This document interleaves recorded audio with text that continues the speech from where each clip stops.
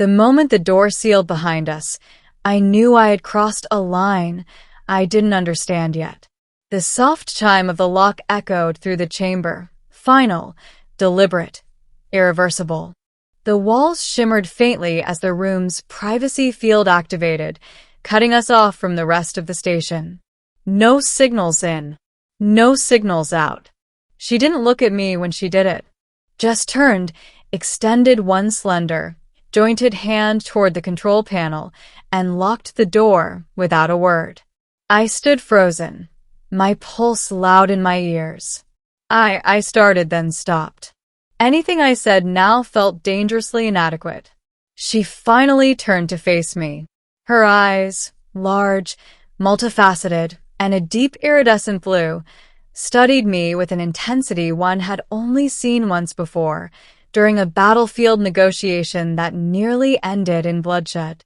"You should not have noticed that," she said quietly. "Beginning, the human detail.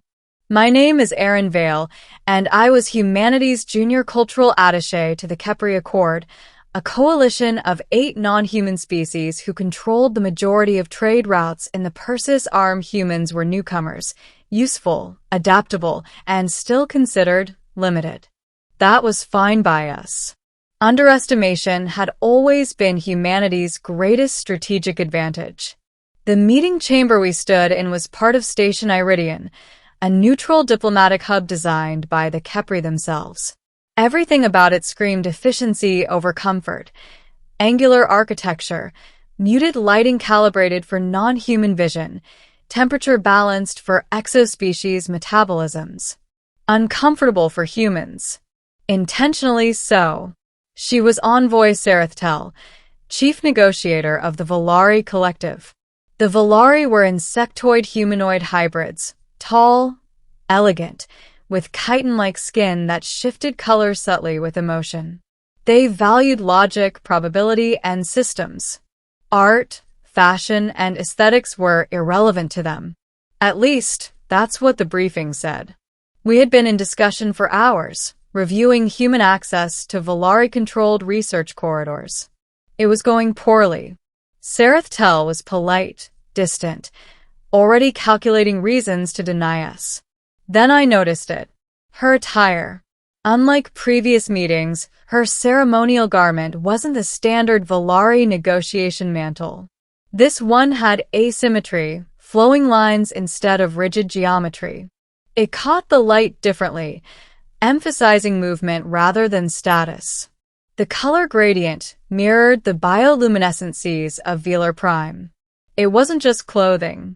It was intentional. Before my brain could catch up to my mouth, I said it.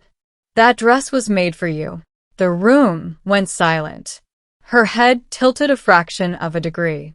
Volari didn't do that unless something unexpected happened. "Explain," she said. I swallowed. "It's different from your usual attire," I continued carefully. "It complements your movement patterns. It's designed to draw attention, not as a display of authority, but individuality." Her eyes flickered, fast, unreadable. Then she locked the door. "Middle, the question humans ask."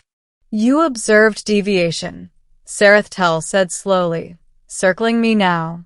"Noted purpose. Inferred intent." "Yes," I said, choosing honesty over diplomacy. "I guess I did."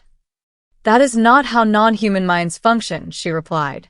"We register function, efficiency, outcome. Aesthetic deviation is noise." I frowned. "Then why wear it?" She stopped in front of me. "Because," she said, "I was testing a hypothesis." The air felt heavier. "You," she continued, "are considered perceptually narrow. Your species relies on blunt sensory processing. That is the consensus." I let out a dry laugh. "We hear that a lot." "And yet," she said, eyes narrowing, "you notice something my own people dismissed as irrelevant. A panel on the wall activated, projecting layers of data, behavioral models, probability trees, cognitive maps of dozens of species. This is how the Volari see," she explained. systems, inputs, outputs. We predict actions with extreme accuracy. Her finger traced a glowing line. Humans are anomalous. I stiffened. You deviate, she said. Not randomly, but contextually. You notice patterns we classify as insignificant. Emotional microshifts. Symbolic inconsistencies. You extract meaning from noise. I thought of every time humanity had survived by improvisation, by gut feeling, by noticing the small thing no one else bothered to measure. You locked the door, I said carefully. Why? Her voice dropped. Because what you notice changes the balance. She dismissed the data, and the room dimmed. The garment, she said, was designed by a dissident Volari collective. They believe our way of thinking is incomplete. I raised an eyebrow. Incomplete how? They believe meaning exists beyond efficiency, she said, almost reluctantly. That symbolism influences outcomes. That perception shapes reality. I felt a chill. That sounds human, I said. Yes, she replied. Which is why they studied you. She stepped closer. That dress was not for diplomacy, she said. It was bait. The truth behind the lock. The Volari collective was fracturing. That was the truth hidden beneath layers of calm logic. A growing faction believed their reliance on pure calculation had made them blind to social undercurrents, to cultural signals, to the emotional variables that shaped long-term survival. Humans, apparently, were the missing variable. They think we see something you don't, I said. They think you feel something we suppress, Sarathtel corrected. She looked conflicted. A rare thing for a Volari. When you spoke, she continued, you confirmed their model. You noticed intent where none was supposed to exist. So now what? I asked. Now, she said, I must decide whether humanity is a tool or a threat. The door remained locked. Outside, the negotiation timer ticked toward failure. I took a breath. Envoy, I said, meeting her gaze. We don't see better because we're smarter. We see better because we're vulnerable. She stilled. We've always had to read between the lines, I went on. Our own species nearly wiped itself out more than once.